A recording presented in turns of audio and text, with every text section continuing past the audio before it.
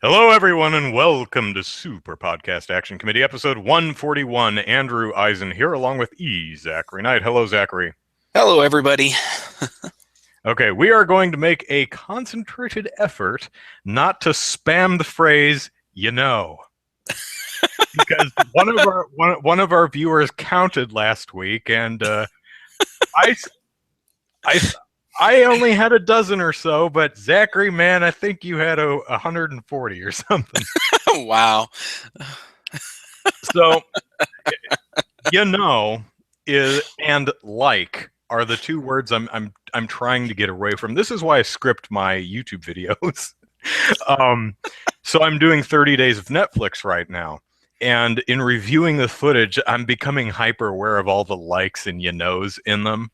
So it's a tough habit. It's essentially another way of going, yeah, I was about to say it. It's a way of stalling for time while you put the words of the next sentence together. So, we can Very try. interesting. We'll try. Yeah. I'm very casual in my speech, but a little more formal when I write, but very casual when I speak. Can you imagine if we entered all those little idiosyncratic ticks into our writing? I'll put all the you knows, and likes into our writing. But you said that.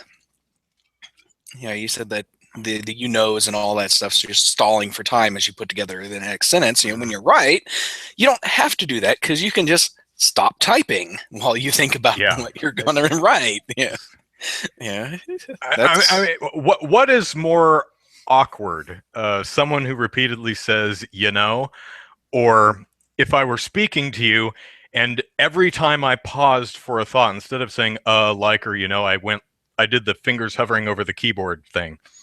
I said, well, if there were a person who was that might be a bit more awkward. Yeah, definitely. So Matthew says, what do we do you think Age of Ultron will break Furious 7's record? Yes, I think so. From what I understand, I was surprised because I saw an article about this recently that mentioned, as if this information were old hat. Somehow I completely missed this, but apparently Furious 7 did so well that's like the third highest grossing movie ever or something. Okay. I was like, really? Wow. Huh. So yeah, I don't even understand that movie's success. I saw the first one in the theater and I thought it was okay. The woman I saw it with really liked it, although I think she really liked Vin Diesel and his tank top wearing ways much really more than anything else in the movie. I said, what was your favorite part of the movie? And she said, when Vin Diesel grabbed that girl's ass. I'm like, really? I thought the cars were pretty cool. You like the ass grab? Okay. Interesting. Yeah, I've only watched parts of some of the movies, and yeah, it's not my cup. It's not something I'm interested in watching. I hear from 5 on, they're just so goofy that they're a ton of fun, and that may very well be. The first one is... You know what movie needs Point Break, 7 sequels?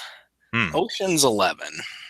Yeah, that movie was good, and Ocean's 12 was good, and I think there was Ocean's 13. That one was okay, but it was still good enough. That they could just make 4 more sequels. Surpass Fast and Furious. They should have done an Xbox thing, and instead of going right to Ocean's 14, just go, this is too large of a cast. Let's the fourth Ocean's 11 movie, we're going to call it Ocean's 1.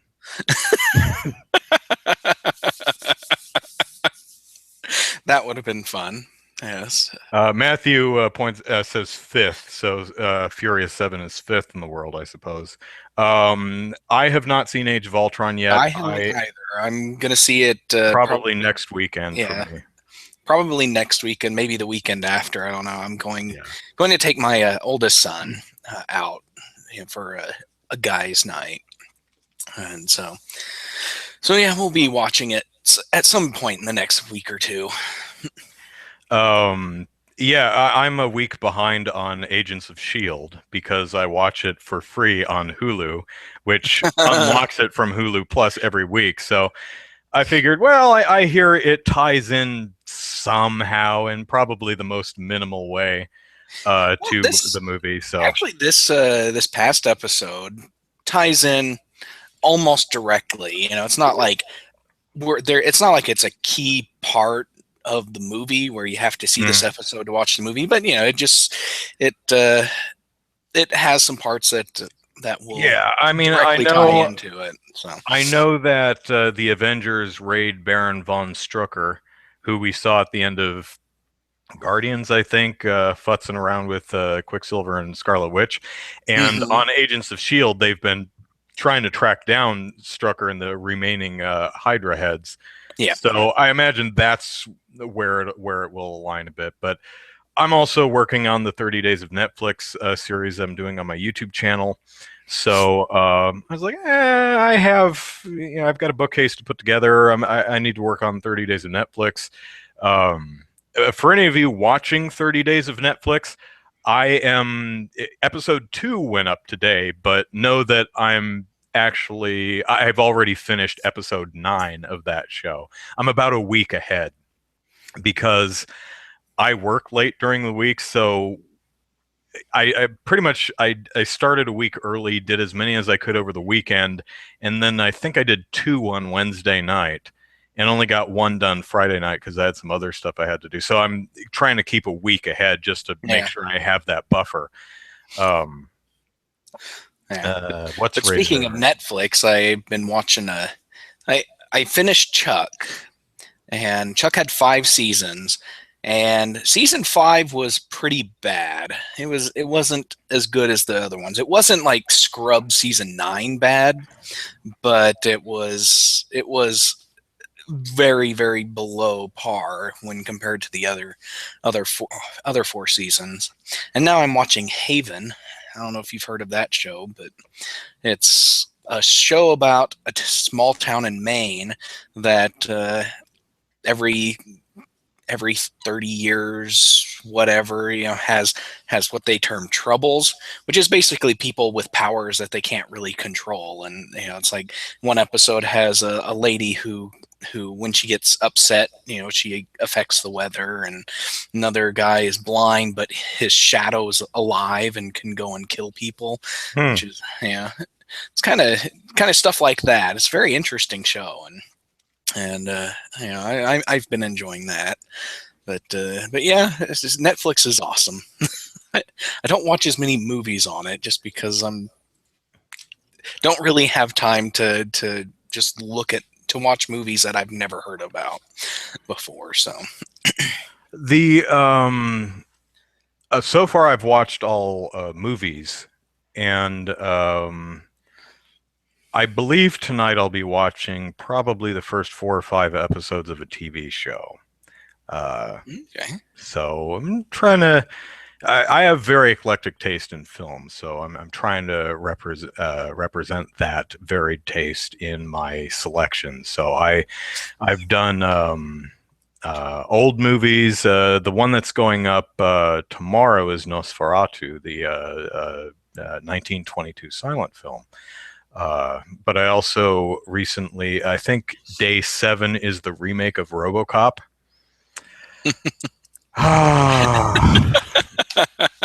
That one nearly broke me. That's a longer episode. That one's probably 25 or 30 minutes long. I was so disappointed because I love RoboCop, and I don't mind remakes. I was so hoping this would be good, but It's so disappointing.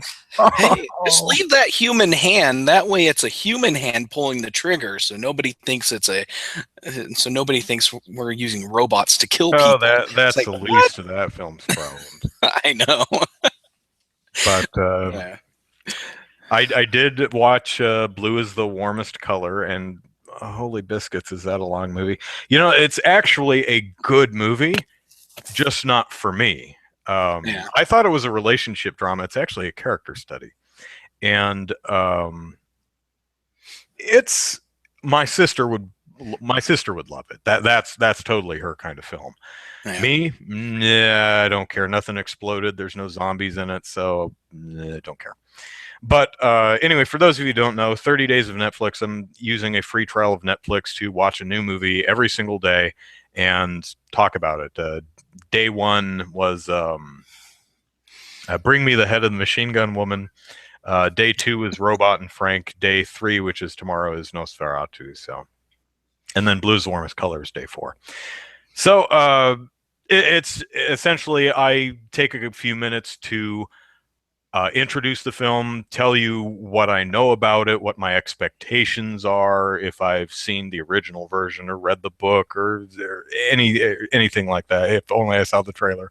Then I watch the film and then I immediately talk about it. So, and I don't give it a day to think about it. As soon as the credits are done rolling, I sit down and I talk about the film. So it's my very unfettered initial reaction to a film, and some of them I think are pretty fun. I watched The Babadook the other day, and I espouse some opinions that show what a horrible human being I am. I may lose fans over that one, but nice. It'll be interesting. So, video games have I played? I played the demo of Puzzle and Dragons Mario Edition, Super Mario Edition. Oh yeah. Interesting puzzler. Unfortunately, the demo is ridiculously short. Nintendo has actually been doing a pretty good job with demos in the past. This one doesn't really explain much. It says you can do an action by clicking here. I'm like, great. Well, what exactly does an action do? Okay. And you read the description, and it says, turn all of the wood element to star element. And I don't know what that means. I don't know what wood element or fire element. Is it Pokemon rules? Is it Battle Beasts? Do you remember Battle Beasts? Yeah. Is it Battle Beasts rules? The game doesn't actually explain that, you're fighting, you are fighting a Goomba and it's a fire element. So do I want to match the fire element or do I want to match the water element?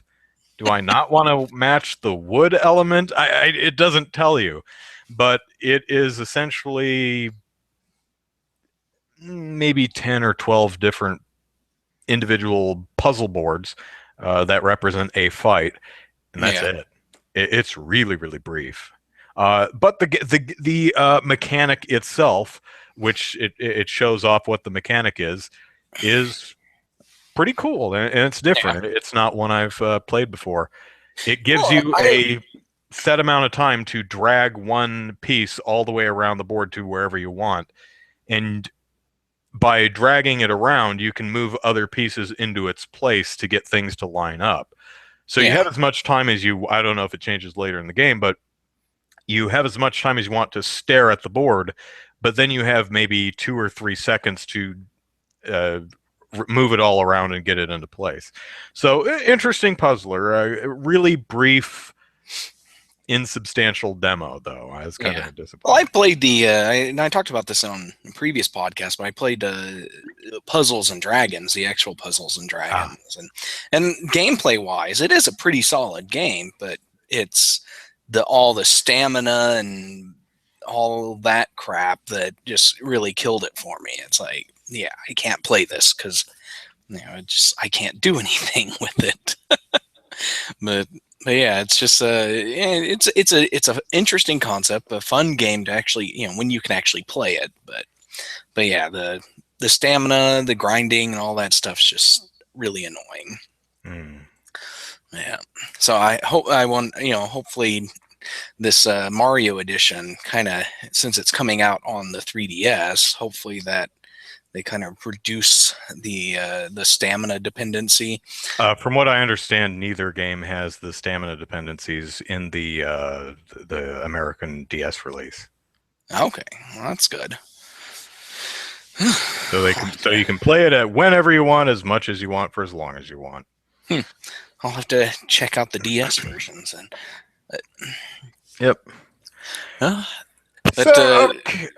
For me, this week I actually beat Wild Arms. I'd been playing that for a while, and I guess I was about halfway through last time I talked about it, and this week I just had the house to myself, so I was just like, you know what, I'm just going to spend the entire week and I'm just going to play this game and beat it.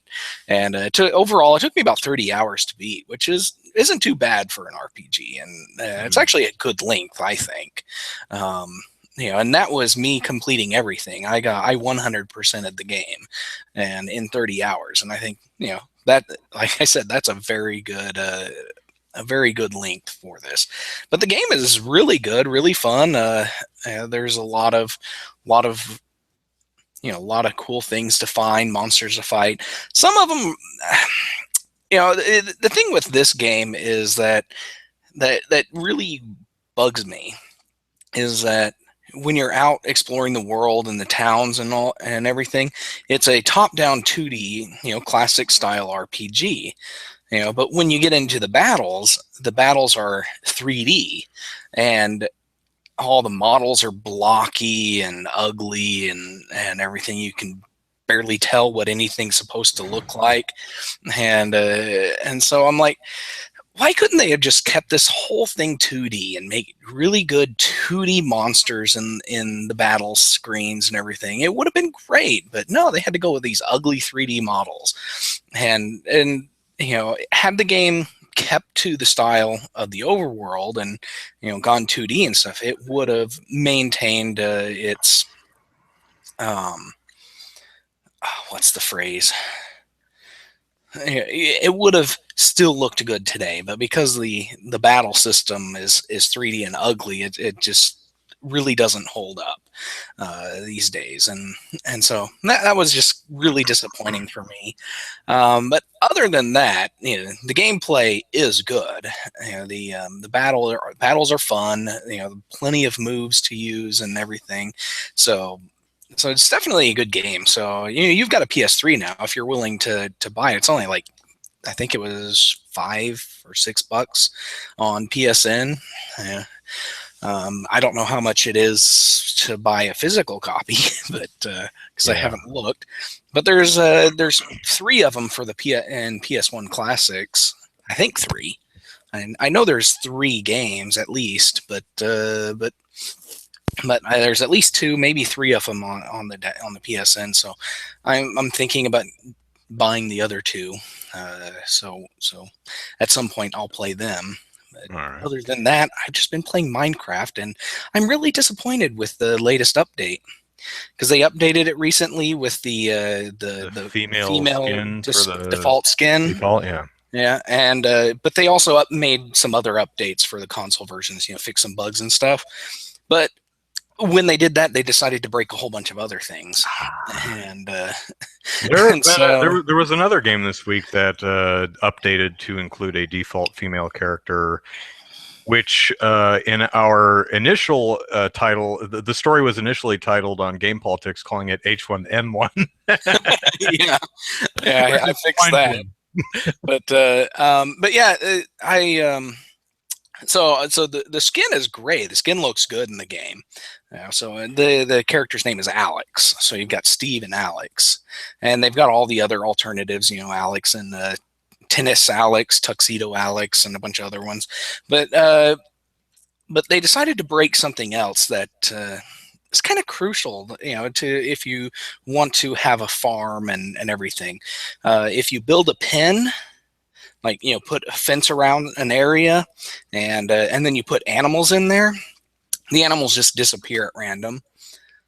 They're just gone. You'll go into your house and do some stuff, do some crafting and stuff. And then you come back out and half your animals are gone. And it's like they're not escaping because they can't jump the fence. Horses can jump the fence, but only if you're riding them. But none of the animals can jump the fences, and so they're not escaping; they're just disappearing. And so that's really annoying because no, that's not it. But it's really annoying because I had like a whole bunch of animals in there because you get wool from the sheep, you get milk from the cows, and eggs from the chickens. I had 4 sheep, 2 cows, 4 chickens, 3 horses before this update went through. Now I've got 2 chickens. It's like, as I stopped playing 30 minutes before the podcast here, but by that time I only had 2 chickens in the game. So I'm really, really upset. But thankfully, they finally got around to creating an online bug tracker. So if you're playing a console version, or any version, I guess, you can actually go and report bugs, which is something that seems to be pretty new. Yeah. Real Next Gen Vixen says they can glitch over the fence by pushing each other. You have to build a double fence in order to stop it. I've never had that. Is there razor wire in this game? I've never had that problem until this update. So I don't think they're glitching over the fence because none of the animals that I had in there were around my house area. So I don't know. Matthew corrected me earlier on Puzzle and Dragons. It's the Mario edition and the original edition. It's for 3DS, not DS. So thank you for keeping me honest, Matthew. One thing I wanted to bring up just for fun was when I moved all my when I unpacked my video games, dusted every individual case and alphabetized them and put them on my shelf, ordered by system. I noticed I had 4 Prince of Persia games, and I said, "Wait, there's only 3. There's Sands of Time, there's the Warrior Within, and the 2 Thrones, 2 Princes, 2 somethings." But there's one on the Wii, also the Forgotten Sands, I think it's called. And I stared at him like, I don't remember this at all. And I looked at the back of the box, and I have no. It's open. It's in my played pile. I know I played and beat it, but for some reason I have no memory of that game. It is the weirdest thing. So I guess that's an indictment of what kind of game it is if you can't remember ever playing it. It's probably all the Prince of Persia games are pretty good. So it not being memorable perhaps just indicates that it's merely as good as the others. Nothing extraordinary. Yeah. Before we move on to the poll, I wanted to point out something on Twitter, which I thought was kind of interesting. We all know the internet. There are some people on the internet that love being upset and angry, and so want to be upset or angry at a particular website, personality, something, that they will flat out invent reasons to be upset. Me personally, I just don't like you.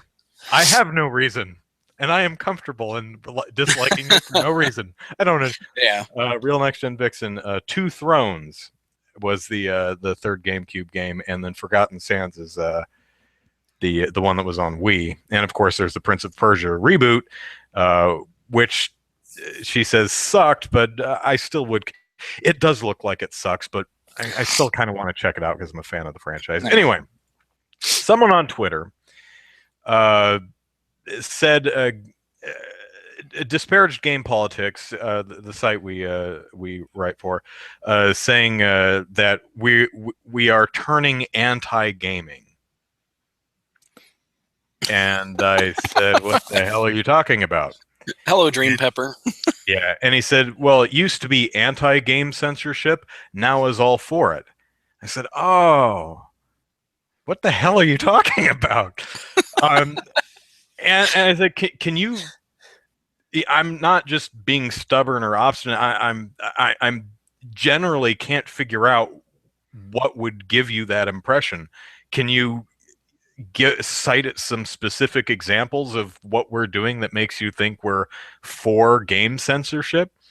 He says GTA used to be against people trying to ban it, now all for it. And again, I'm like, what? Can you link to something, please?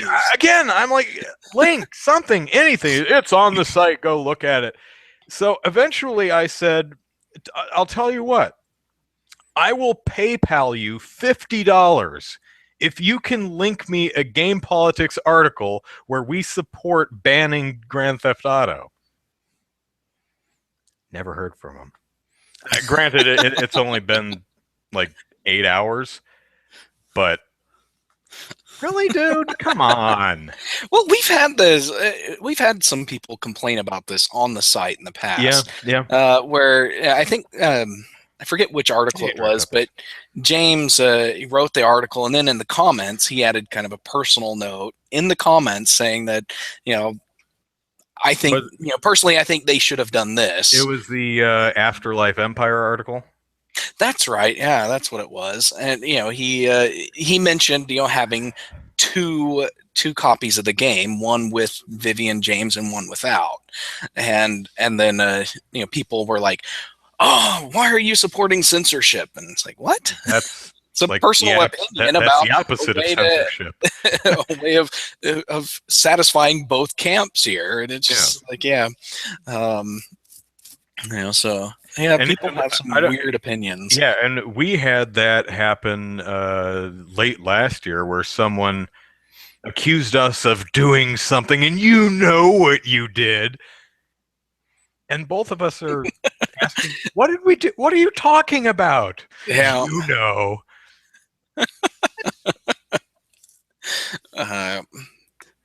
Real Action Vixen says that this person maybe has been combing through game politics articles for the last 8 hours. It's like, okay, go to Google, type in Grand Theft Auto, site gamepolitics.com. That'll pull up every GTA article at Game Politics. We have a tag for the Grand Theft Auto series.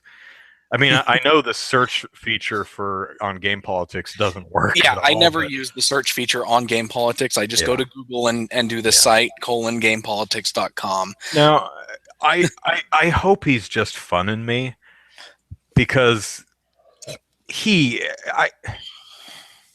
although it seems kind of weird. I mean, do you think that you're honestly going to convince or confuse or trick a guy who's been writing for this site for 8 years? I copy edit all the articles, man. I know what we write on the site.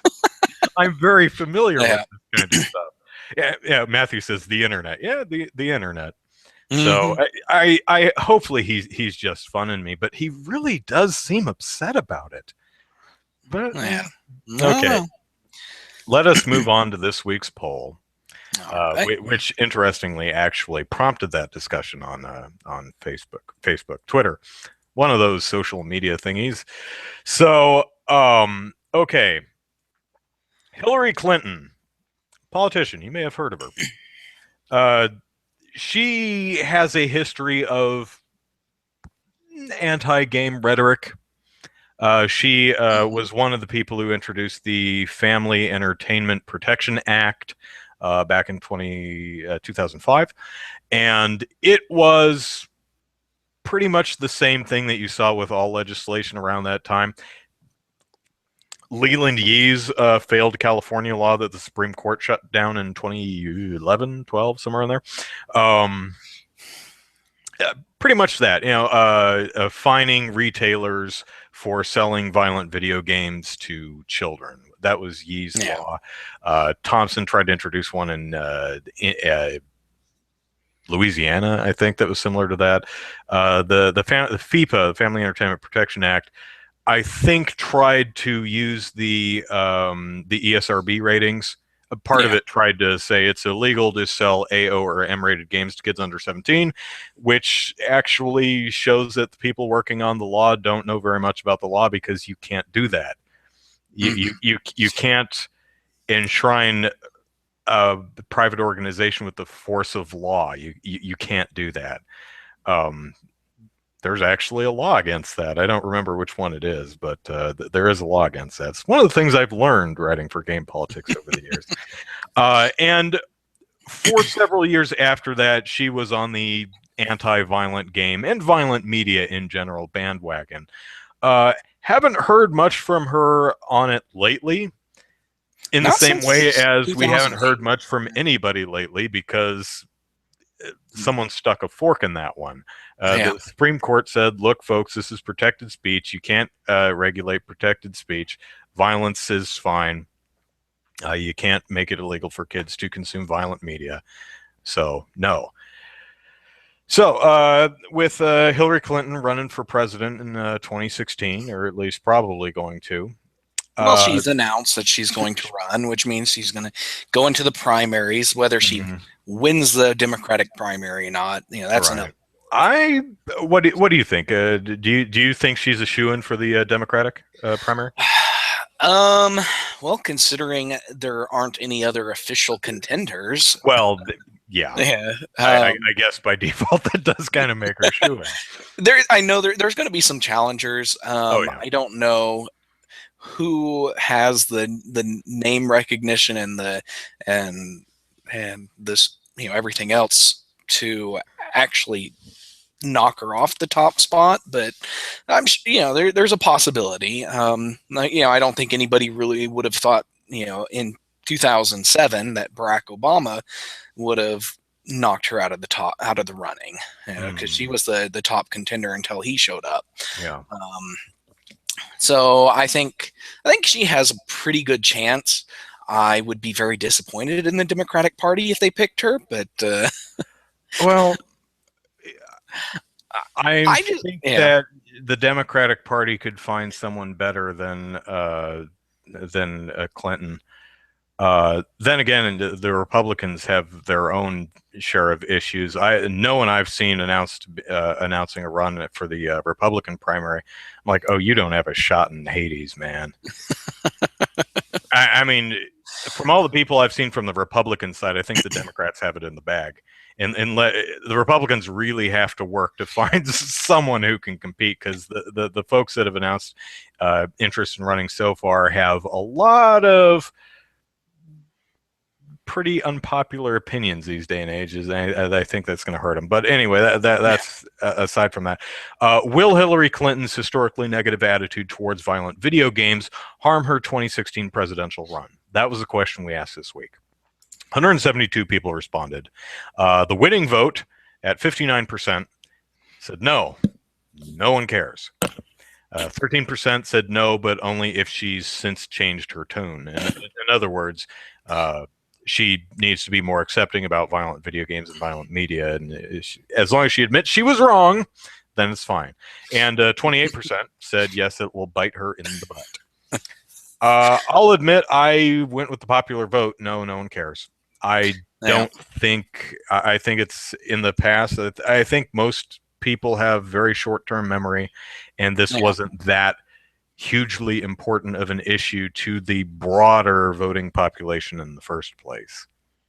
Yeah, that's what I went with too. I don't think anybody's going to care to the level that it's going to hurt her. Somebody said in the original article about this, somebody wrote that they think that it's going to be a big issue. It's going to hurt her big time. And I'm like, if this actually hurts her political aspirations, then the U.S. is far worse off than I originally thought, because she has so many other issues that are way bigger than something like a stance on violent video games. Benghazi, her email thing, and a bunch of other stuff from her time as the Secretary of State, and even while she was a senator. There's so many other things that could hurt her politically, which nobody seems to care about on the Democratic side. So Yeah, there are certainly. I mean, even someone like me who this video game stuff is super important to. In the grand scheme of things, I have bigger fish to fry. Yeah. However, I understand having kind of a litmus test. Asking the real basic, simple question. What are your thoughts about violent video games? Yeah, this is the how I judge a person, kind of like, what do you think about Ferris Bueller's Day Off? And their answer is, then you judge them as a person. Um, I admit I have something similar to that. A kind of that type of litmus test where I look at a very simple thing that I consider pure black and white, pure this is right, this is wrong. Where do you stand on this issue? And if to me you're standing on the wrong side, I don't care what the rest of it is. You're a stupid person, and I have no interest in you being my president. So I get that. Well, if you can't get this right, then I don't trust you on the bigger, more important, more impactful issues. So I understand that perspective, but I also admit that this is one of the, to me anyway, one of the lesser concerns in the grand scheme of things. Yeah, I think if video games were still a big issue, or at least violent media and stuff, if people were constantly talking about it, legislation was going around, I think it would hold a little more sway. But because none of that is really an issue at this time, nobody's going to care. Yeah, you can hardly get anybody to care about her email thing, where she deleted all of her emails from her time as Secretary of State. It's like, you can barely get anybody to care about that. So what's what's violent video games gonna do? Yep. So yeah, I don't think she's gonna have any problems with it. No. Now, do you think that she has evolved her opinion on this issue? Do you think she even really cared in the first place? She was just playing up to what was a hot button issue of the time, 2005, 6, 7. I think it was just a something to build political capital. That's all it was. A for the children political pandering stunt. Yeah. Yeah, I get that impression too.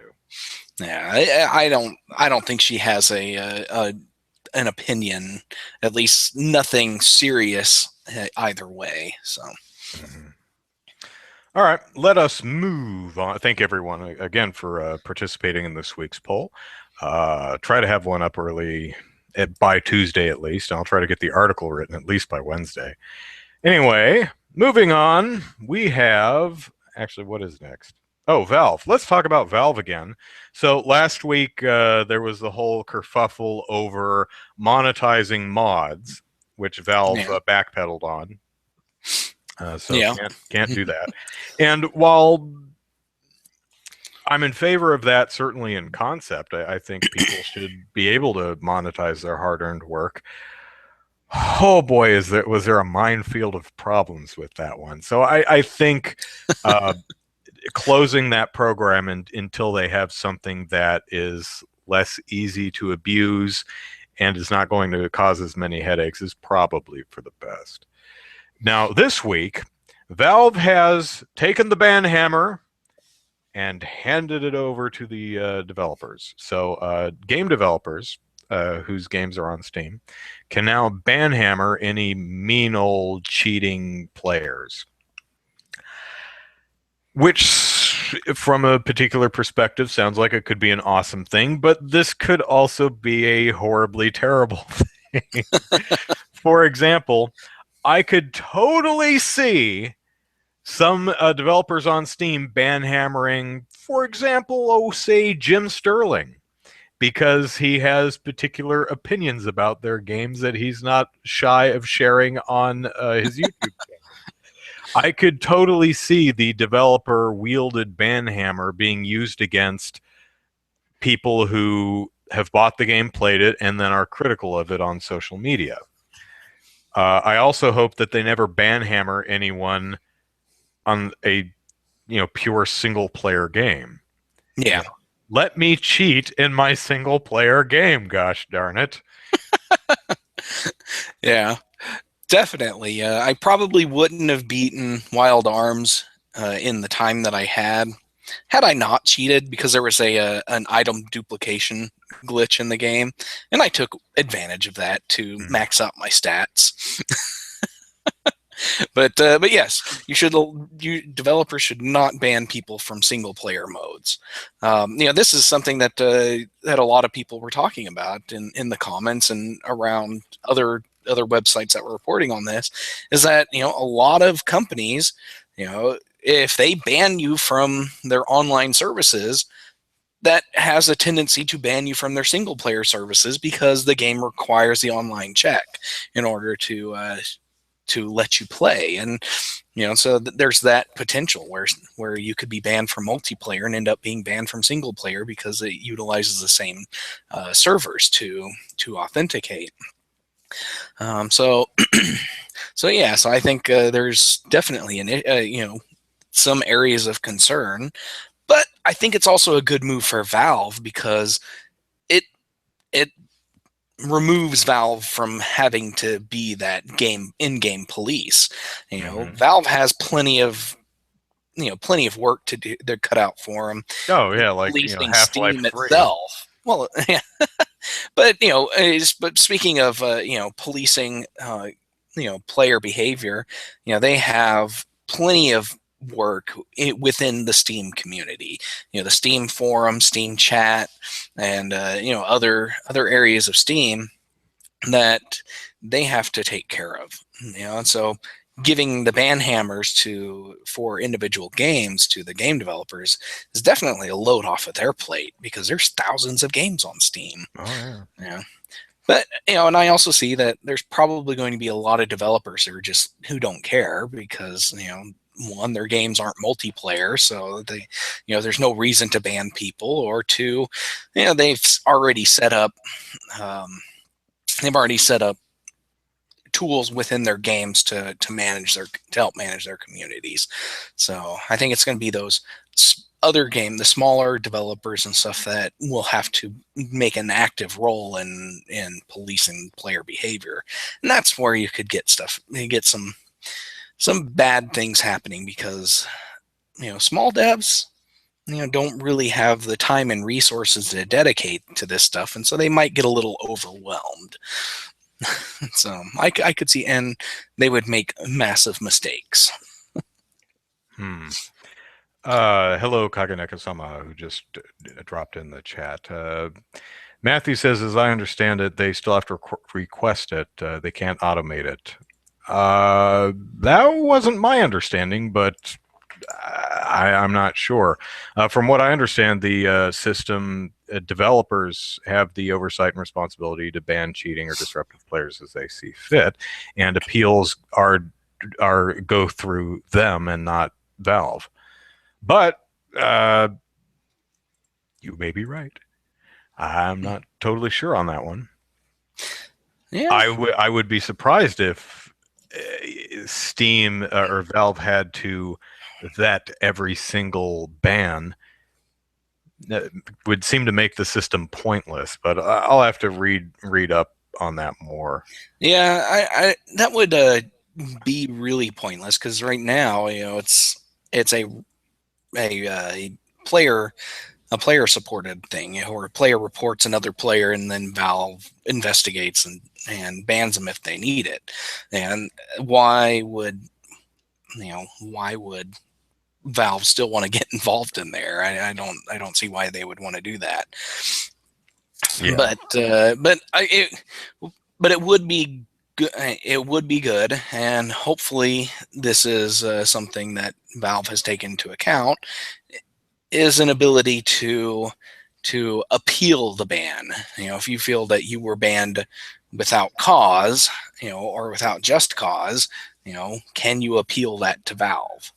Yeah, that would be something to inquire a second appeal anyway. Yeah.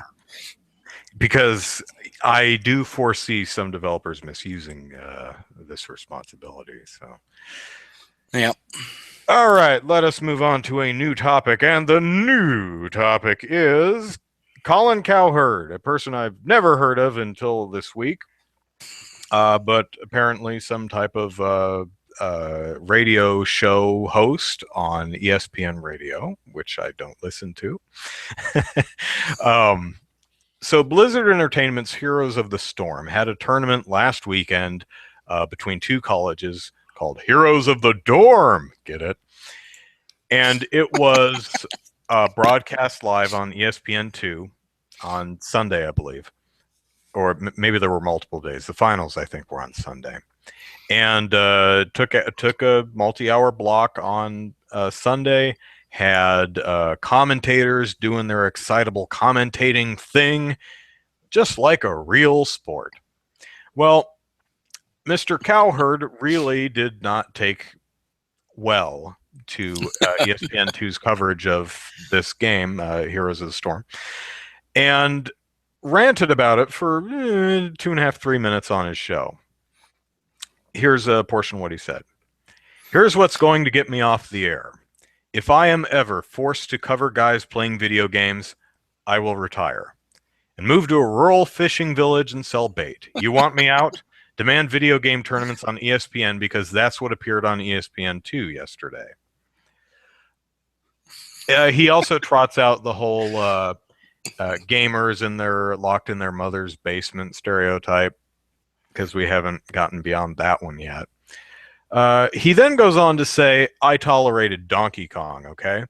I'll tell you what was the equivalent there of me putting a gun in my mouth and having to listen to that. So, okay, man, dude.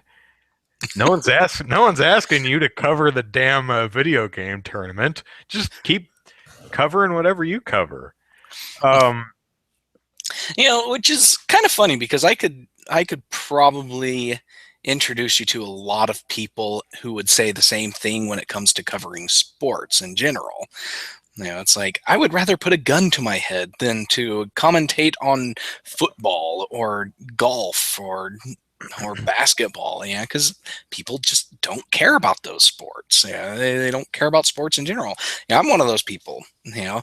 I don't but you watch don't sports all over it. Everyone else who does enjoy it. That's true. And that's one of that's what sets me apart from this guy, because while I don't like sports, and I will tell you I don't like sports, I won't sit there and tell you you're a moron for liking sports. Because I can understand why people like it, because it is, I can understand the entertainment factor. But I'm just not one of those people who are entertained by watching someone play. I enjoy playing sports. I will go and play soccer with kids and other people. I will go play basketball and football and baseball, and I'll even go out and swing a golf club from time to time. But I will not just sit there and watch it on TV. Yeah, interesting though, I don't enjoy watching sports. Some people are like, let's go out. I live near the Padres Stadium. Downtown's not too far from me, so it's possible to go watch the Padres play. I have no desire to do that. I don't care about watching the Chargers. I don't care. Do not care. Have people at work keep talking about the Chargers versus whoever the big rival is, Niners, I guess. I don't know. I so don't care. But I don't think any less of them. There are shows on TV that my opinion towards it goes beyond not caring and straight into outright dislike. Dragon Ball Z, for example. I think that is one of the single worst television shows in the history of the medium. But I am friends with people who think that show is the bee's knees. I don't understand how you came to that opinion, but I'm glad people are fans of the show. And I feel the same way about shows like Family Guy and Bob's Burgers and South Park. I do not like those shows. I will actively shut off my TV rather than watch these things when they come on, because it's just I think they're just terrible shows. But they're really popular with a lot of people, and it's weird. Yeah, I've never been one to begrudge anyone for enjoying something that I don't enjoy. Unless what they're enjoying is disemboweling me, then I begrudge them greatly. Cecil just dropped in the chat box. Hello, Cecil. I don't think we've seen you in there for a while, so welcome back. But yeah, but going back to this guy, sorry, trying to remember who this. Oh, Matthew says, maybe he was just upset about ESPN giving him a primetime slot.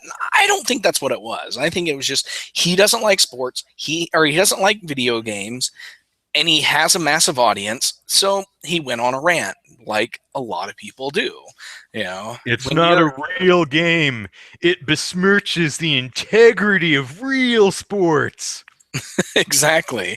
This is a guy who got up on his high horse and rallied his followers by ranting about hating video games, and that's really all it was. And the guy is stupid for it, but I think he was really ignorant and probably could have just kept his mouth shut and nobody would have cared. But he wanted to rant. That's all it was. And I'll get back to that point in a sec. But Cowherd goes on at the end. This was my favorite thing. At the end of his whole rant, he says, the funny thing is, listen to how intense they are. These guys are totally into it. It's like, yeah, man. We like video games. We're excited about it. This is what we're into. What gets me is... Have you listened to a commentator on a football game or a soccer game? These guys really get into it. Because they are entertained. Yeah, they know what's happening. Excitingly narrating people playing a game. Only instead of a football or basketball, ice hockey, whatever, this is a video game. It's the same thing, man. Now, back to what you were saying. Let it not be said that every ESPN personality said this. Michelle Beadle, again, someone who I just learned exists the other day, a tweet said, "I took the bait, just turned on ESPN2. As someone whose face appears daily on the channel, I don't have answers." And she watched the show, and she live tweeted about it, and ends up with, no joke, these announcers are killing it. I don't have a damn clue what I'm watching, but they won't let me leave. So she went on to say that, she did not understand what this game was or how it worked, but she got caught up in the enthusiasm and the genuine love for the game on display by the players and the commentators. And it's really great to see someone have, in today's internet age, have that open mind and be able to approach something new and respect it, even if they don't understand it. Mm-hmm. Yeah, that's refreshing. And that just, it also shows that not everybody at ESPN feel the same way as Cowherd does. And so that's a very good thing. And, you should never stereotype people. Just because someone's a jock doesn't mean they can't also understand nerds or be a nerd. Yeah. So. Yeah. My favorite comment directed towards Mr. Cowherd's rant came from one of my favorite internet personalities, Susan Arndt. Now, I can't repeat it here. Well, I can, but I'm not going to because it's rather filthy, which is why it was one of my favorite responses. We need to have Susan back on the show. She's so much fun. She's a great girl. A good game. Someone new in the chat says, dang, I was in need of a new hobby, and disemboweling Andrew seems like such a good choice. I've said too much. Yeah. So, okay, let us, in conclusion, Mr. Cowherd, give it a chance. If you don't like it, totally okay. But kindly don't crap on everyone else who does. Yeah. All I ask. May not be your bag, totally cool, but respect that it's other people's bag. Personally, I don't like these games either. MOBAs, I could care less. Yeah. I was going to correct myself. It should be I couldn't care less, but I suppose if I were to be pedantic, I could care less. It's possible that there's a little itty bitty bit of caring under that, but yeah, generally don't much care for League of Legends, MOBAs, things like that. Okay, let us move on to a new topic. Al Franken, senator, offers 5 takeaways from the failed Comcast Time Warner Cable merger. We talked about this on the last show, and Franken has 5 takeaways from Comcast saying taking their ball and going home. He said, "Well, we wanted to bring our services to other people, but now we can't because it's totally impossible for us to compete." Yeah. So, Al Franken says the first takeaway is we should believe in the power of grassroots activism. What do you think about that, Zachary? Well, I don't know how much influence grassroots activism had in this decision, but there were a lot of people who spoke out against this merger, and I believe were there public comments. I think there might have been public comments on this, and a lot of people wrote to the FCC about it and said, or the FTC. Yeah, the FTC, not the FCC. The FTC about why Comcast should not be allowed to merge with Time Warner, and so yeah, I think there is a growing public disfavor for these kind of deals, and I think that is probably what he's more referring to than actual grassroots activism. I think with grassroots activism, when you think of that, you think of things like the SOPA protest. That was truly a grassroots movement, where the public activism actively forced the hand of Congress to not push SOPA forward. And so, definitely grassroots activism is a good thing, and we should keep it up. We should definitely speak out when we see some big company or lobby doing something that's not in the public good, like Comcast merging with Time Warner. All right. Takeaway number 2: we should empower regulators to do their jobs. Now this one,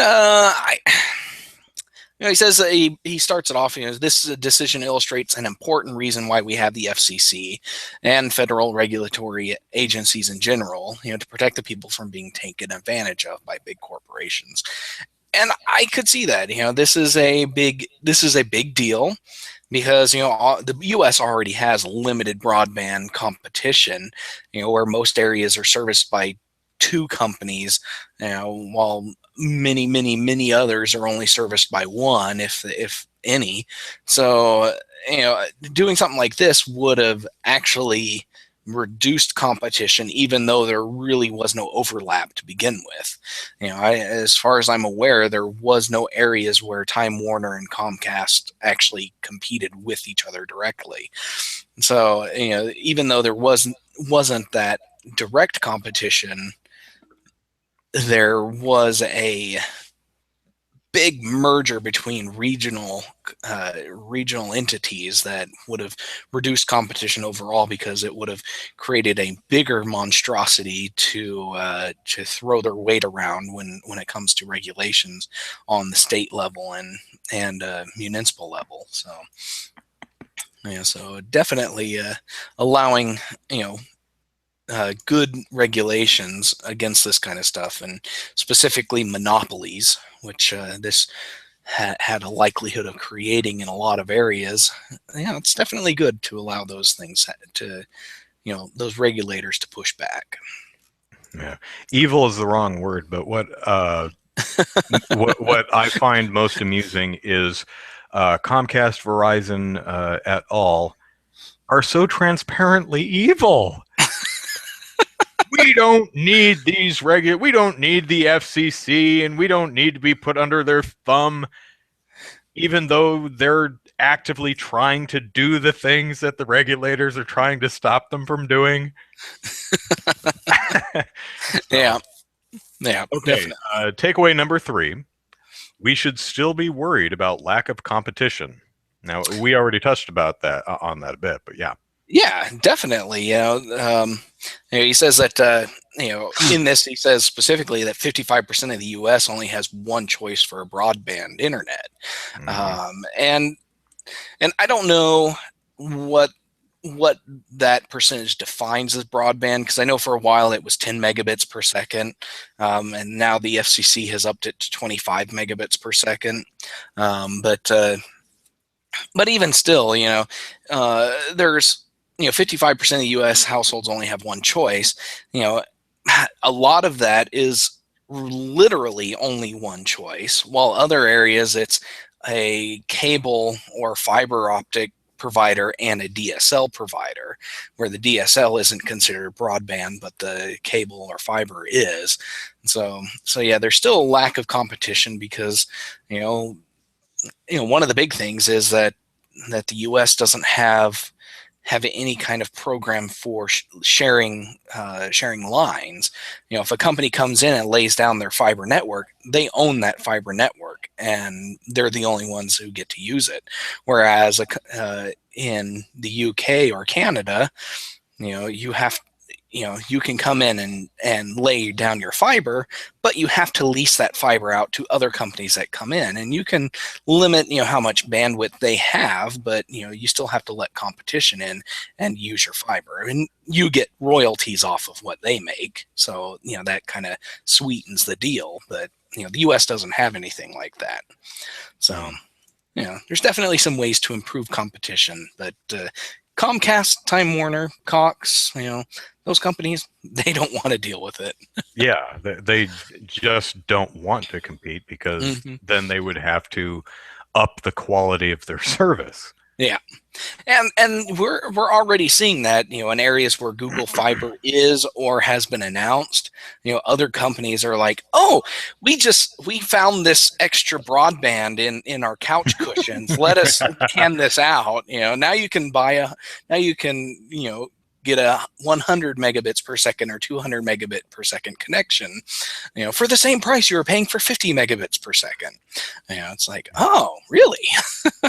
I love how Verizon customer service is constantly caught lying about stuff. And Verizon says, we've spoken to the rep to make sure that they are communicating what is actual. It's like, guys, this keeps happening.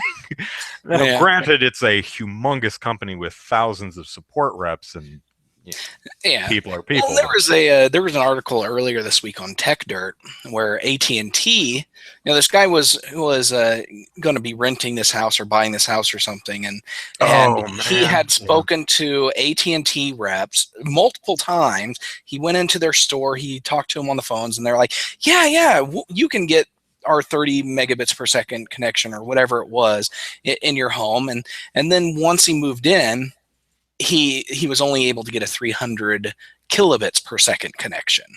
And they're like, oh, yep, that's what you get. And they wouldn't have anything to do with them. And there was another story too about somebody who had moved into an area, and the local internet provider promised him that they would be able to lay the lines to get him connected, and even with him with him saying, yes, I will pay for you to come out and lay the lines, they still wouldn't do it because he was 300 feet outside their coverage area. I think that was Time Warner. Was that? I don't know, something like that. Yeah. So number 4, we should remember when corporations break their promises. Yes, this was something that came to bite Comcast in the butt big time, because they merged with NBC Universal a few years back, and they had to make a promise, when they did that, because this kind of goes back to the early 20th century, where movie studios also owned the theaters. and so they had kind of a monopoly on the entire chain, from production to the consumers. And eventually, things got so bad that the government came in and had to force them to break those two entities apart. It's like, you can either be a movie production company or you can be a theater owner. You can't be both. And because they had too many problems with the monopoly over the supply chain, and so at this point, Comcast is basically doing the same thing. It's like, we want to be we want the entire chain of from production of content to distribution of content, and so the government's fine. The government decided, okay, fine, you can do it, but you have to do this, and this, and they did absolutely none of it. They were told they had to expand their services, like their internet services and stuff, and they had to take a hands-off approach with Hulu and things like that. And they reneged on everything, and they didn't do a single thing they promised to do, and which is really annoying because nobody is actually punishing them for it. I guess it's them almost not being like allowed we need to someone to regulate those things. Yeah, I guess them not being allowed to merge with Time Warner Cable is kind of a punishment for it, but it's not anything substantial. So and you say all the reasons we don't want. Comcast says, "Oh, we're not going to do any of that stuff." You did all that stuff with NBC Universal. That's why we don't believe you. Yeah. All right, number 5. We should always put consumers first in media and technology policy. Well, I like the sound of that because I'm a consumer.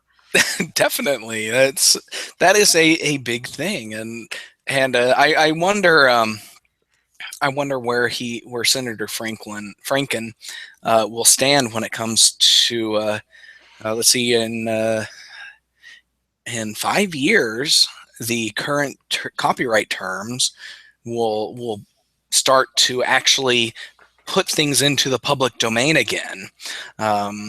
Will Senator Franken stand by this position and vote against any potential copyright term extension act that comes up in the next couple of years? Because everybody knows that Disney's going to be fighting to keep Mickey Mouse covered under copyright, because that I think it's 2023. I think is when that's is up to go into the public domain. Steamboat Willie. So, but there's a bunch of other stuff that's been in the news lately. I think let's see. Edgar Rice Burroughs books are going to be going into the public domain in 2018. John Carter, and then the last few stories of Sherlock Holmes is around the same time. So there's definitely going to be some major stinks about copyright terms. So, but that's kind of off topic. But yeah, there's a lot of stuff that's been going on that we really need to address when it comes to putting consumers first, especially things like SOPA and PIPA. Those were major anti-consumer bills, and luckily we were able to push back through grassroots and everything. But Congress has kind of a short-term memory when it comes to those kind of things, because their eyes are clouded by the dollar signs when the lobbyists come rolling around. Yeah, so we'll see how things go in the next few years. All right. Okay, last topic of the evening, or very early morning in the case of some of our viewers who are on the other side of the earth. Now, this next story was linked to me via one of our readers, Wondercarp. And the story comes from a site called Niche Gamer, a site I have never heard of. Probably too niche. So, apparently, and I did not know this, there was the first ever GamerGate meetup in DC last night at a bar/restaurant called doesn't really matter, but seems it was like Local 16. Local 16. So GamerGate had its first meetup at a local establishment, and it had a bunch of fairly high profile guests, people I have actually heard of, like Milo. Last name starts with, yeah, sorry, I don't. If I'm not looking at his name, I have no earthly chance getting it right. But Milo Y something, who writes for Breitbart, and Christina Hoff-Sommers. Yeah, Christina Hoff-Sommers. There we go. So we had some celebrities. I've heard reports that there were 200 people there. I've heard reports there were 300 people there. Regardless, meeting in DC at the Local 16. Round about midnights, I hear tell, a bomb threat was called in. So the establishment said, "Okay, fire drill, everybody outside." And everyone files outside, and they find the bomb squad and bomb sniffer dogs standing outside. And they're like, the hell? Bomb sniffer dogs go, I don't think this is a fire drill. Well, Kotaku did some investigating this afternoon and found a tweet from some bogus account. Yeah, that I have 66185501 is the Twitter handle. So, and it said, "I have multiple bombs planted around the area. Hashtag GG in DC is being held in. If GG in DC is not evacuated within the next hour, it will detonate." So, GamerGate meetup got interrupted by a bomb threat, and that's stupid. Stop threatening people with bombs. I don't care how much you dislike somebody or how much you disagree with them. Let's take the biggest bad guys on Earth that I think we can all agree that these are just nasty, disreputable, horrible, repugnant human beings, like the KKK or the Westboro Baptist Church. Really, people who are just schmucks. Do not swat them. Do not call in bomb threats. It's uncool. Don't do that. Yeah. And you may say, but Andrew, who I really want to disembowel, what? They're bad guys. They deserve it, right? No, stop it. Stop bomb threatening and swatting and doing all those stupid things. I don't care who it's against. I don't care if they really are bad guys. Don't do that. Yeah, now, and especially in a, what makes it especially bad is this is a public setting. Not everybody there was likely there for the GamerGate event. Oh, right. Because it was a bar. It wasn't an event hall that you have to rent out or something. This is a bar where normal people go on their Friday nights. So you're putting unassociated people in danger when you're threatening a group like this, and that's doubly not cool. It's not cool to threaten the event and the people at the event, but it's also not cool to threaten people who aren't associated with who you're targeting. That goes straight past uncool and right into gauche. Yes. Try to spell gauche. It's one of the weird English words. It's probably not originally English. Probably not. Is it Gauche? It's something like that. It's like gotchi. Anyway, uncouth. There's a better one. Yes. So one of the funnier aspects of this story over on Niche Gamer. This story broke on Niche Gamer. I'm not sure what part of the country they're in, but the story was posted at noon on Saturday, the day after. And one of the, let me read it. The writer says, despite the recent timing of the events, it's strange that mainstream gaming and tech websites aren't quick to report on the events when they were so quick to report on similar false threats made to feminist critics. You know, like and this is me talking. I'm no longer quoting. Like the bomb threat to GDC, where Sarkeesian got her whatever award that was the year before, that we took 6 months to report on. That wasn't reported until the following September because we didn't know about it until then. Yeah. No, I'm being silly. The SUS college place she was going to talk at, and then there was, I will shoot up the whole school if she talks, and so she canceled that. That happened in the middle of the day around noon, and that was reported by some outlets that evening and more the following day. But that also happened on a Tuesday in the middle of the work week while we journalists were actually journalizing, doing our journal thing. The GamerGate in DC, all due respect, I had no idea it was happening. I talked to a couple other journos who are much higher profile than me. They hadn't heard about it either. So this was just not something that was on their radar until readers like our own Wonder Carp brought it to our attention. We didn't even know about it. Yeah. Also, this happened at midnight on a Friday night. We'd all gone home for the weekend. So I find it kind of funny that niche gamers complaining at noon on Saturday. And to be fair, Kotaku did pick it up later that afternoon. To be complaining on 12 hours after this happened on a weekend. Oh, no one's reporting on this. Give us a chance, man.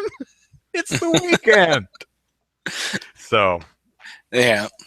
Well, and this article quotes a few high-profile Twitter accounts, about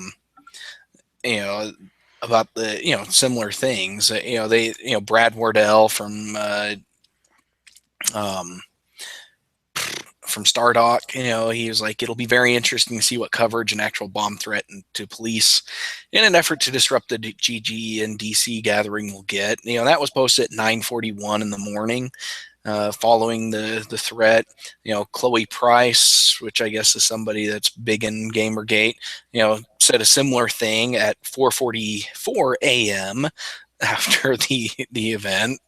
So they've got a lot of this coverage from people in the wee hours of the morning when most of us are asleep, speculating, what will happen in the media, later that day or early next week. It's like, okay. Oh, and for anyone who's wondering, it was a false threat. There were no bombs. No one was hurt. Yeah. So everything turned out aces. Kaganeko-sama says, reading in another page, earlier in the night, unnamed callers phoned the bar to warn the owners that a hate movement was meeting there or to inform them that the bar was helping perpetuate harassment. Yeah, I could see that happening. Yeah. That's kind of the similar to what some in Gamergate did earlier in the year with or wait a minute. Oh yeah, there are some folks in Gamergate who talk to advertisers as the people you're advertising for hate video games and people who play them, and then you have other people saying, oh yeah, well they hate women and decency. Just so. Yeah. I think "don't be a dick" kind of covers it. Just don't be a dick. A Good Game says game journalism ethics don't care. It's the weekend, right? Ethics don't get a weekend off. Get your ass out of bed and get to the keyboard. Type. Yeah. So, but luckily, no one was hurt. It was a false threat. Hopefully we move past all this swatting and bomb threats and all that crap, and then we can happily talk to each other on Twitter and message boards and not get harassed by other people and meet and have lectures and panel discussions and enjoy places without being kicked to the curb or bomb threatened or harassed by police or harassed by anyone else. Yeah. Would be nice. I look forward to that future. One of these days. Yep. Kaganeko-sama agrees with the don't be a dick. Hashtag don't be a dick. So, all right, that is the show for today. So thank you very much. Hopefully we cut down sufficiently on the you-knows. I picked up on a few that I said, like, right after I said them. Well, so yeah. It's like cracking your knuckles. I thought I was over that, but I've been editing and rendering the 30 Days of Netflix videos, and I'm cracking my knuckles. I do it without even being at all conscious that I'm doing it. I thought I had got over that habit. No, I don't do it anywhere near the amount I used to, but I still do it. Mm-hmm.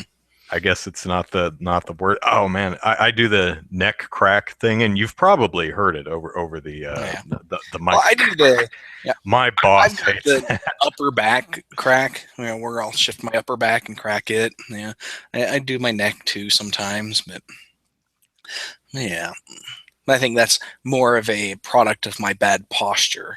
Yeah. Because I have a tendency to hunch over when I'm sitting at a desk or something. So, yeah. Oh, I crack everything. I can stand up and kind of snap my knees. Looks like I'm doing a dance move. Just pop my knees. I can crack my toes, not through my boots because they're a little too sturdy. But yeah, I bet my shoulders, my scapula is actually the shoulder blades. They rub up against my clavicle. And that's just how I'm built. So I don't know if you can hear that, but no. My shoulders make a lot of noise when they move, when I set them back like that. And I've actually gone long time ago when I was younger, had that x-rayed. It wasn't an x-ray, it was some other peer into your body machine, kind of like the ones they use at the airport now. And that's just the way my upper torso is built. Stuff just grinds together. Hopefully that's not going to be horrible when I'm older. So, okay, let us plug our stuff and get out of here. Andrew Eisen here. Last name is spelled E-I-S-E-N. At Andrew Eisen on Twitter, Andrew Eisen YouTube on Facebook. And speaking of YouTube, I am running a month-long series, 30 Days of Netflix. I'm using a Netflix free trial to watch something new every single day and give you my opinions on it because everyone cares what I think. So really it's a challenge for me to see if I can output a new video every single day for a solid month. Because if you have followed my YouTube career for the past few years, you know that I don't release that many videos, maybe 2 scripted videos a month at best. And it's really because I don't have the time. So it's an interesting challenge to see if I can get 30 videos, one each day for a month. And I know there's 31 days in May. That's how the cookie crumbles. So we'll see. So far I have 2. I got 2 in a row. Day 3's video is rendered. I just have to, and it took an hour and 20 minutes to render the damn thing. So it's probably going to take a while. Yeah, I'll set it to upload at midnight, and then when I get up in the morning, I'll put the annotations and things in and then publish it. A Good Game asks, have any video game movies on your list? I've never really had a desire to watch any of them. You mean like the Tomb Raider movies? No, I don't think so. I did look for the FP, which is a movie that's about kind of a dystopian future where rival gangs play Dance Dance Revolution instead of knife fights. I've always wanted to see that. It looks hilarious, but it's unfortunately not on Netflix streaming. I've seen most of the video game movies, so every movie I'm watching on 30 Days of Netflix is something I've not seen before. Someone on my Facebook asked if I'd watch any of the 80s or 90s or in some 2000s cartoon shows like let's see, he said Dexter's Lab, Samurai Jack, a lot of cartoons like that. And I said no because I've seen them. I had Pokemon, Digimon, that was on there. So I've seen those. So I'm tonight I'm going to watch the first few episodes of Gem and the Holograms. Never seen that, or if I have no memory of it. And they're making a Gem and the Holograms movie, so time to bone up. Are you gonna you plan on watching any documentaries or anything? Because there's three. So far I've seen 3 video game documentaries on there. There's a Atari Game Over, Indie Game the movie, and Video Games the movie. And so yeah, that's just something I noticed. Yeah. So I've been meaning to watch Indie Game the movie for a while now, but haven't gotten around to it. Maybe I have a list of movies that I'm looking at, and sometimes someone will recommend something. Oh, I've got to slot that in somewhere. I'm trying to make sure they're movies that are at least that are varied, and I hope will be interesting. I've never seen them, so sometimes I might hit a movie where I just have very little to say about it. It's interesting because the movies I end up not liking. For those of you who don't know, I have filmed 9 days of Netflix so far. The next one will be day 10. I do that because I have to get a head start because I don't have the time to do a video every day, so I got a week head start. The movies that I like, I tend not to say as much because I don't want to spoil anything. But movies that I dislike, I'll talk about those for a while because there's a lot to. So the RoboCop remake, I think, is probably 25 minutes. Nosferatu is about 25 minutes. That one I actually had to go back and capture some footage from the film. Most of the time I'll talk about things and just leave it up to your imagination. For example, I'll say, you look at the bedroom set, you look out the window at the houses across the street, and it's literally a cardboard cutout of houses. I don't give you a picture of that. If you want to see it, watch the movie. But there was one. The acting is, in the Nosferatu, 1922. The acting is so over the top and broad that the lead character, when he's trying to act, oh, life is awesome and things are great, his eyes are so wide and his smile is so big that he looks freaky, crazy, like the Joker. And I say in the video, I say, you think Jared Leto looks crazy as the Joker? This guy should be the Joker. And I captured some footage from Nosferatu because I thought it was really important that you see this. Because, oh boy. And I found it really difficult to actually capture footage because I have to run it through a capture device that feeds into my computer, and my TV does not output into my capture device. And for some reason, when I run Netflix on my Wii U, my TV stops working. It doesn't output. The app works, but when you start the movie, the picture cuts on the TV. It's the weirdest damn thing. So I ended up having to use using OBS to capture a window on my computer screen. But yeah, oh well.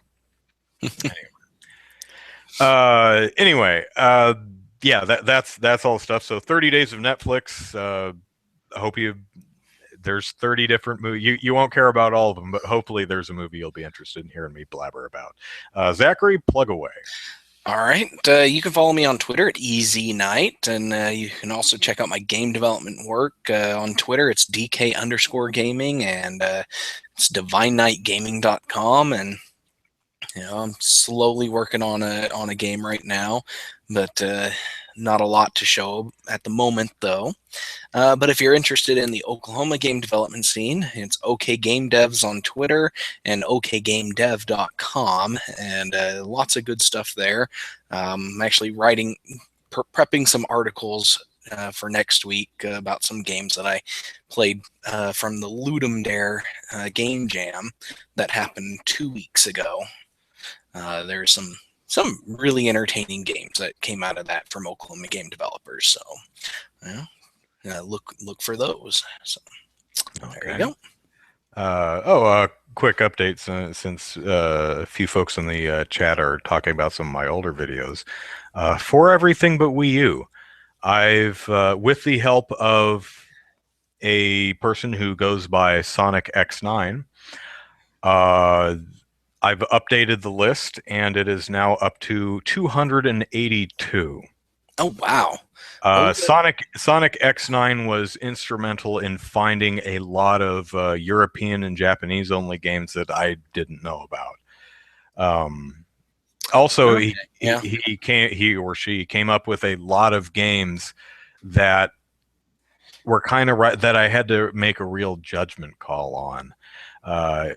Some games were games that had come out in like 2009 or 2010 on the Xbox 360, but then a port was made for the PS3 in 2013. And it's like, well, I guess if they can make a port for the PS3, they could have made a port for the Wii U, so now it's on Everything But Wii U, so it counts. Yeah. And occasionally you have a game where it came out after the Wii U launched, but it's really just a Game of the Year edition, where it's the old game came out before the Wii U, but the Game of the Year edition came out after the Wii U. So does that count? Well, where I drew the line is if it's a new build of the game, it counts. If it's just the old game where they stuck like a Mass Effect trilogy and things like that. Right, but sometimes the Game of the Year editions are really just the old disc with a paper voucher stuck in the case to download all the DLC. So if that was the case, I didn't include it on the list. So Good Game says we're talking about the Wii U going to the TV HDCP issue. And consoles prevent you from capturing any app like Netflix. That's probably exactly what it is, which is irritating because I have all my consoles running through my capture card so I can do one of my other jobs, writing guides for IGN or even capturing footage for my YouTube videos. If I want to watch Netflix on the Wii U, I don't want to move my HDMI cable all over. I just want to watch. And I understand why they do it, but stop it. I mean, I was just looking to grab literally 10, 15 seconds of the movie just to show something up. I wasn't capturing the whole movie so that I could store it on my computer and watch it whenever I want, which would kind of be silly because I have Netflix and I can watch the damn thing whenever I want. Well, I mean, until it leaves Netflix or I no longer pay for the service. I get it, but the PS3 has PS2. One of them has a block on. I don't think you can capture stuff off of HDMI. I think the PS3 is PS3. They don't allow you to capture anything through HDMI. So if you want to capture video game footage, you have to go through component cables. Right. So. And from what I understand, that's there simply because of the Blu-ray player. They don't really care about the video game. They just decided since it's a Blu-ray player, it's HDCP 100% of the time over HDMI. And I ask you, the console is smart enough to know when it's in playing game or movie mode, right? Yeah, so it should be able to, if movie mode, shut off capturing. If game mode, leave it alone.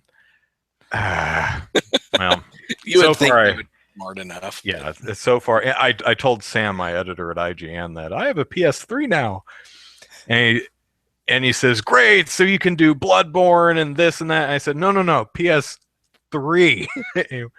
What? The hell did you get a PS3 for? I said, because my sister bought it for me for Christmas. And to be fair, most everything coming out on the PS4 that I do a guide for is also coming out on the PS3. Bloodborne would be a notable exception to that. But anyway, that is our show for this week. Thank you, everyone, for showing up. Let's see. Oh, one thing I wanted to mention is we are not. We haven't had any episodes on iTunes since February. That is because we are looking for a new home for the show. And we're working on a restricted budget now, so our options are a little limited. One of the things we've been looking at last week was SoundCloud, which would restrict the show, at least the audio version of the show, to 45 minutes. And we have a hard time keeping it under an hour. Well, I could cut.